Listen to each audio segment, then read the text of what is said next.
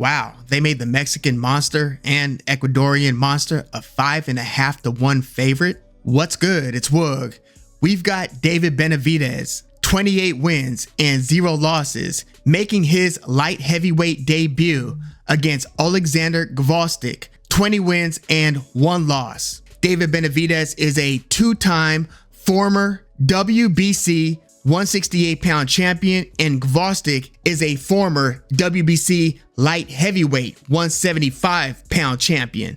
This fight is taking place on the Tank Davis, Gervonta Davis versus Frank Martin undercard on Amazon Prime, or should I say Amazon Prime pay-per-view. Now, David Benavidez is one of the most exciting fighters to watch in the game right now. I look at him as being one of the most dangerous fighters in boxing. He's just a nasty character once he gets in the ring. He's, got underrated and improving boxing ability, but his motor, and when he starts rolling downhill, it just presents all hell for his opponents, just as Demetrius Andrade, who got stopped in 6 rounds. Demetrius Andrade was an undefeated fighter, a former 2-division champion, got stopped in 6 rounds by David Benavidez. And the one person who Oleksandr Gvozdyk has lost to kind of has a similar snowball start rolling downhill type of fight trajectory over the course of the rounds, and that guy is Artur Beterbiev. In fact, that was a title unification fight. Gvozdyk came in with the WBC belt that he had won off of Adonis Stevenson, longtime WBC light heavyweight champion. In fact, that Gvozdyk-Stevenson fight is the fight that almost cost Stevenson his life. He was hospitalized. He was in a coma. It was all bad. I think he's been recovering over the years pretty well, but yeah, that was a super unfortunate incident. But that's how Gvozdyk, in stopping Adonis Stevenson late, capturing the WBC light heavyweight title, had one successful title defense, and then fought Artur Beterbiev, who at the time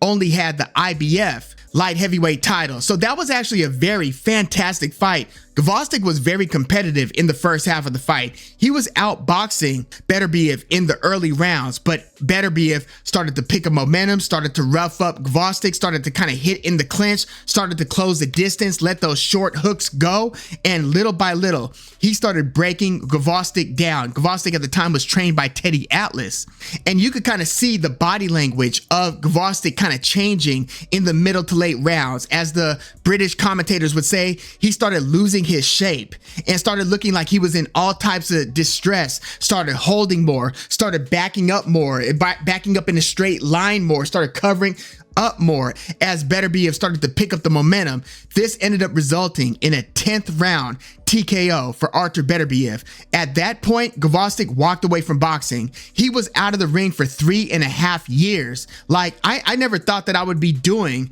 a Gvozdyk fight breakdown once he was out of the ring, once he left the sport. I didn't think that we would ever see him return. I thought that it was just one of those things where he made it to the mountaintop, lost against the best guy, and just was disheartened and walked away with his faculties, didn't take too much of a beating throughout the course of his career. Again, that was his only loss. I just didn't think he was going to return.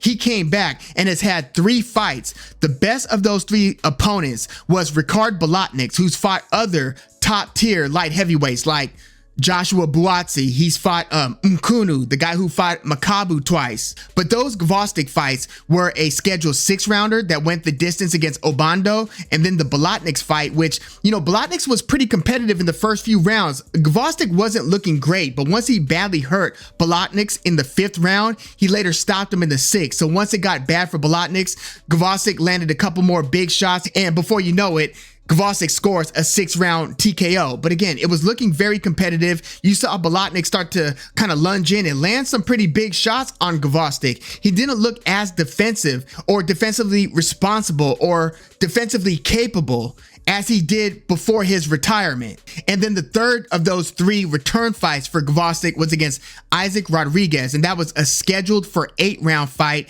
and Gvozdyk stopped him, knocked him out in the 2nd round. So it was a much lower tier opponent for his 1st and 3rd fight, and Bolotniks was his 2nd fight. So those were the 3 kind of warm-up fights for this upcoming David Benavidez fight. And to be frank, I don't know if that is enough to show me that Gvozdyk is really back and that he's gonna have a good chance of beating David Benavidez. Like, if this was 100% prime Gvozdyk, then yeah, this would perhaps be a 50-50 fight, or maybe even edge it towards Gvozdyk since he's got the light heavyweight experience. Now, Benavidez has been a big 168 for several years, right? Through winning those 2 WBC belts and beating the likes of Anthony Durrell, having his breakthrough performance against Rogelio Porky Medina, having that difficult first fight against Ronald Gavril where it was a split decision win for Benavidez. He got dropped by Gavril, but after that second fight against Gavril where he won via unanimous decision,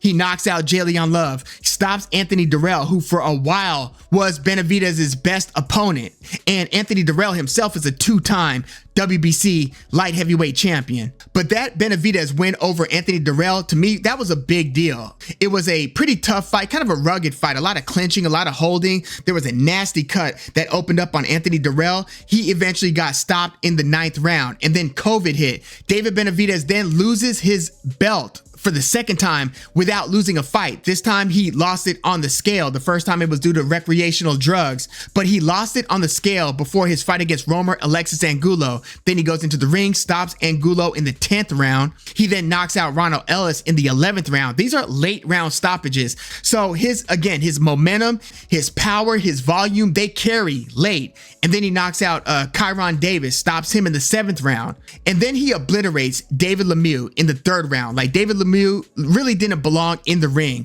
at 168 against the likes of David Benavidez. That ended up being a retirement fight for David Lemieux. And by this point, David Benavidez is the name that's really buzzing, and people want to see Canelo fight David Benavidez. This is, I mean, they've been wanting to see it for a while, pretty much ever since Canelo really stormed the gates at 168 and beat Callum Smith, Billy Joe Saunders, Caleb Plant, Avni Yildirim in between the Callum Smith and Billy Joe Saunders fight. But when Canelo was on that quest to become undisputed at 168 and David Benavidez no longer had that WBC belt, they put that belt up for grabs in the WBA championship fight between Callum Smith and Canelo. So by this point, David Benavidez was the kind of boogeyman, the unfinished business at 168 for Canelo. So David Benavidez is really wanting a super meaningful fight to really just put his stamp on the division, because by this point it had been like 5 or 6 fights since he had fought Anthony Durrell. It felt like ancient history by this point. So then he gets a fight with Caleb Plant. This was a bit of a grudge match, and Caleb Plant actually fought pretty well, boxed well, held a lot. Like, Kenny Bayless let him hold a ton throughout the fight. Early rounds, middle rounds, late rounds. Caleb Plant fought a competitive fight, I would say, through 5 to 6 rounds, where you could have even had Caleb Plant winning maybe 4 of the first 6 rounds perhaps. But from, I would say, the 7th round on, it was all David Benavidez, and it was all bad for Caleb Plant. Tons of holding. Like, if the holding wasn't allowed to the degree that it was, I don't think Caleb Plant makes it the 12-round distance in that fight. Like, Caleb Plant would hold, and as soon as David Benavidez started to try to free his hands, Kenny Bayless would then break them up, or David Benavidez would have to try to find those opportunities during the clinch when Caleb Plant would step in and just grab David Benavidez and hold him tight. David Benavidez would have to start letting short punches go in the clinch, and he got a few of those through, especially when it became like the 7th and 8th round, and those got to Caleb Plant. You started seeing Caleb Plant's legs look compromised at that point, and then it was all downhill from Plant at that point. It was survival mode, nothing more, nothing less. Survival mode for Caleb Plant. So David Benavidez put a beating on Caleb Plant, wins a unanimous 12-round decision. Then he fights Demetrius Andrade in Andrade's second 168-pound fight, because he was coming up from middleweight. He was a 2-time, 2-division, 154 and 160 WBO champ. So Demetrius Andrade comes up to 168, has one fight against Damon Nicholson, then he fights David Benavidez. And by this point, Demetrius Andrade just desperately wanted a mega fight against a meaningful opponent. Well, be careful what you ask for, because he got a lot more than that. You know what I'm saying? And this fight was kind of brutal to watch. So Demetrius Andrade was on his front foot for the first couple of rounds, and it was actually taking the fight to David Benavidez, letting combinations go, letting some impressive punches go. Like, he was throwing some overhand lefts that were catching Benavidez. He would even kind of muscle and wrestle him around a little bit. Like, Demetrius Andrade was looking very impressive. He was changing levels. There was a lot of deception in his punches, different looks that he was giving Benavidez. And again, Demetrius Andrade probably won the first 2 rounds. The fight kind of started to turn in the 3rd round, where you started seeing David Benavidez letting his hands go, especially to the body, but he started to jab more, started to catch Demetrius Andrade more. Andrade started to move around, but wasn't able to move super effectively, started to become a little easier to hit. And then in the 4th round, David Benavidez lets a nasty right hand go. Like, he dipped low, threw a wide scooping right hand up top. Demetrius Andrade had a glove up, but the punch still made it through. It made it like around the glove, caught Demetrius Andrade, and within a second, like, it was a little bit of a delayed knockdown, but Demetrius Andrade hit the canvas. And this was like within the last 10 seconds of the 4th round. The 5th and the 6th round, it was all survival. It looked like, I like to use this phrase a lot, it looked like Demetrius Andrade was on that treadmill from hell that certain boxers will put you on, like David Benavidez. Demetrius Andrade was in all types of distress. You started seeing his eye getting knotted up. You started seeing him taking mad punches to the body up top. It did not look like he was having a good time in there. And it totally felt appropriate for them to stop that fight after the 6th round. Like, I think Demetrius Andrade, you know, when the ref came over to check in, see how they were doing, talking to his corner, at first one of his corner members were saying, nah, he's good. But then at a point, I think Demetrius Andrade said, stop it. And then, you know, the corner heard it. They tapped the ref like, no, we're calling it. And then that was that.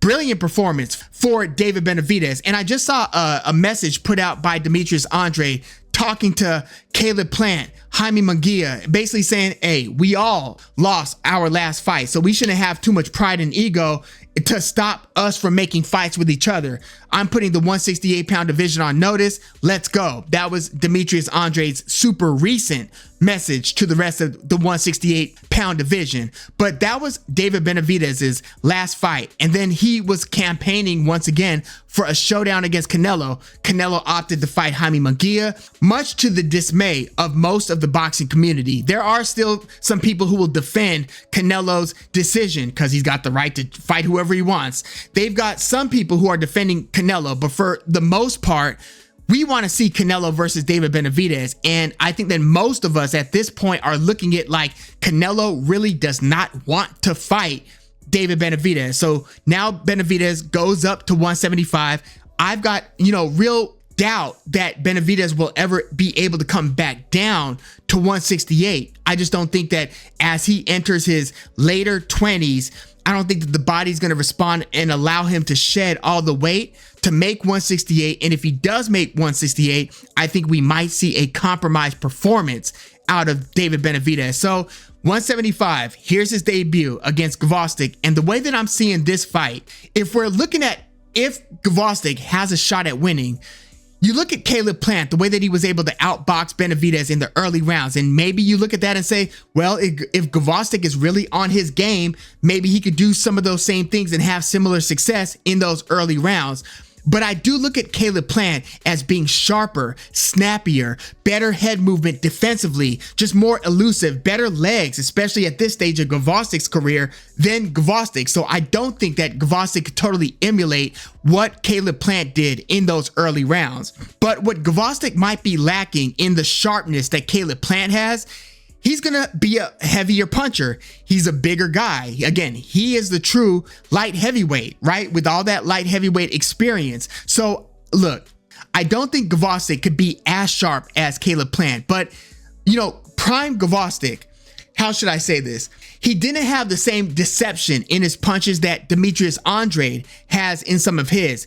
He wasn't as sharp and quick reflex as Caleb Plant is, but he was a sweet scientist. He was pretty much elite with his the European style, as they say, right? So you've got the jab, you got the straight right, you got the left hook. You kind of fight in a very conventional way. Not too many frills in your game. You're a pretty decent feinter, but you don't have the feint game of Caleb Plant or Demetrius Andre. Like, you watch Caleb Plant, he had David Benavidez reacting to him a lot, especially throughout the first half of the fight. When Caleb Plant would fake the right hand, David Benavidez would kind of jump back. Caleb Plant had that kind of quick twitch where, he's going to be doing a lot of those little movements that get you to react, thinking that he might do something.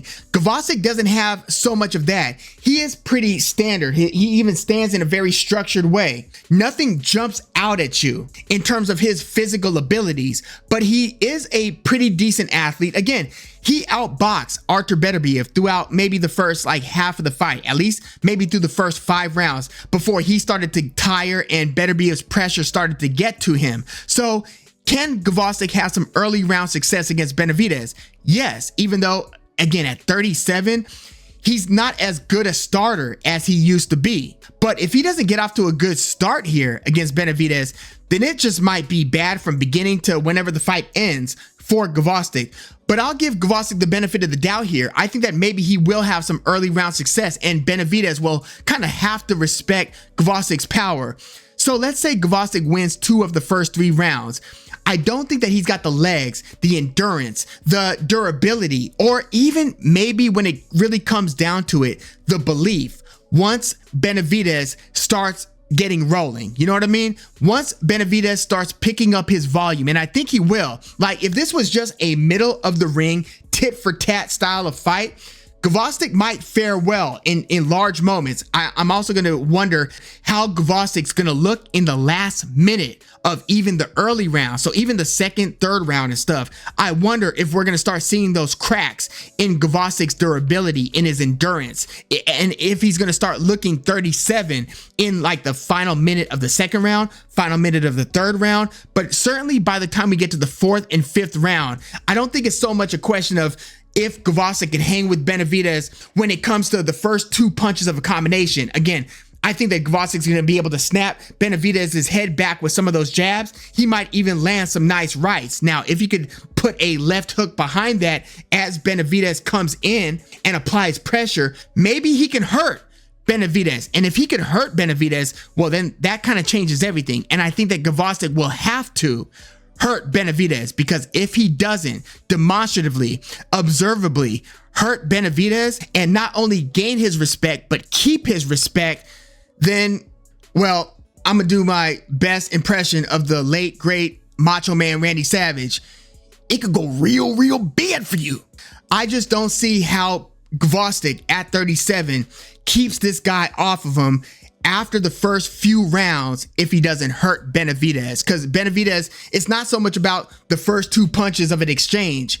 It's about the 3rd, 4th, 5th, and 6th as Benavidez starts going with both hands to your body, starts dipping low. After going to your body, dipping low and coming high, and then putting something else on top of that, and then getting you into the ropes, throwing a few more punches. Once this starts going bad and downhill, I think it's going to start unraveling rather quickly for Gvozdyk.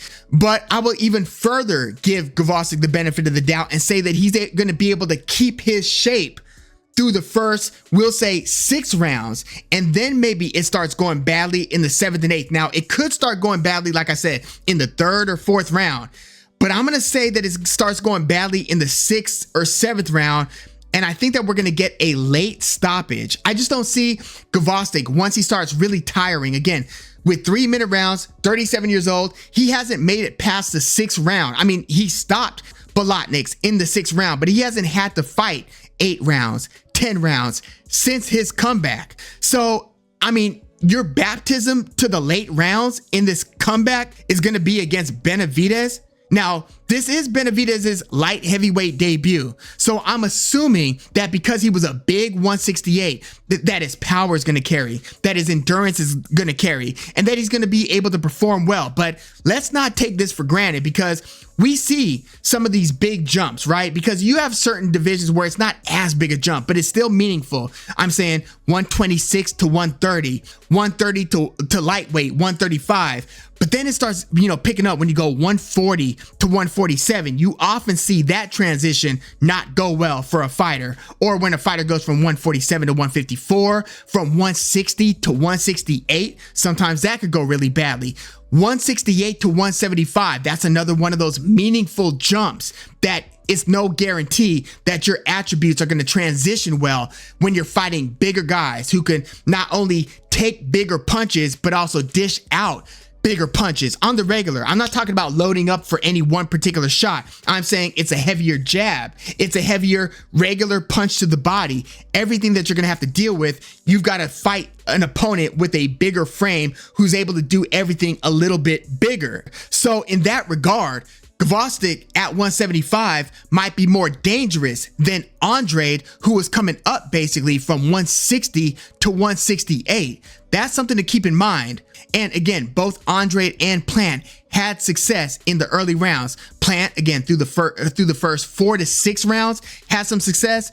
Andrade, the first 2 rounds. It got bad pretty early for Andrade.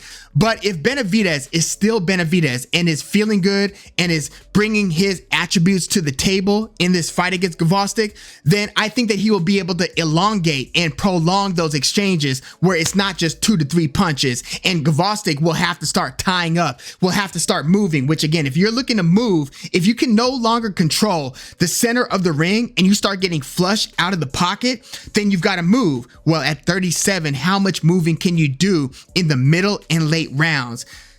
Gvozdyk's going to have to stand his ground. He's going to have to keep his ground. I just don't think he'll be able to do so against Benavidez. I think it starts turning around the 5th, 6th round. I think that this is going to be like an 8th to 9th round stoppage for David Benavidez over Gvozdyk. And boy, that would be a splash. Now, it would be a splash because of the name recognition, right? But this, we can't assume that this is prime or anywhere near prime Gvozdyk. Even though, I mean, he's not super old. He's 37. Like, he retired at what? Like 33 years old or something like that. So he retired relatively young. But again, 3.5 years out of the ring, and then you come back for 3 fights. Bolotniks is all right. The other guys were, you know, they weren't elite nor near elite opponents. But Gvozdyk won those 3 fights. Here he's fighting Benavidez. I think that's why the odds are what they are, with Benavidez being like a 5.5 to 1 favorite. So I'm gonna go with Benavidez stopping Oleksandr Gvozdyk, and I like that this fight is at least happening before Canelo makes his decision on who he's gonna fight in September. Because if Benavidez looks good against Gvozdyk, if he gets the win, especially if he gets the stoppage, there will be amplified pressure for Canelo to fight Benavidez. And it's not like Benavidez will be tied up with the winner of Beterbiev versus Bivol, because they're postponing that to later this year, right? They postponed that fight. So it's going to be interesting to see how Canelo picks his next opponent, especially if Benavidez beats Gvozdyk and says, yeah, I'll come down to 168 to fight Canelo. Hell yeah, I'll do it. If he's kind of got that energy, then I think that again is going to amplify the pressure. So it might get interesting, but that's assuming Benavidez beats Gvozdyk, which again, I'm predicting that he will via 8th or 9th round TKO. Let me know your thoughts on this one in the comments. Who do you see winning this one and how? And are you giving this version of Oleksandr Gvozdyk, who again, I always looked at as being a fighter who has mastered the basics. You know, he's got a basic style. It's a effective style. He's a good boxer, nice laser right hand, nice jab, even a good hook. He puts the punches together, good defensively, good movement. But this is a 37-year-old version of that. How do you think that is going to do against David Benavidez? Let me know your thoughts in the comments. Like the video, subscribe to the channel if you are into the fight talk. I'm Woog. Thanks for tuning in.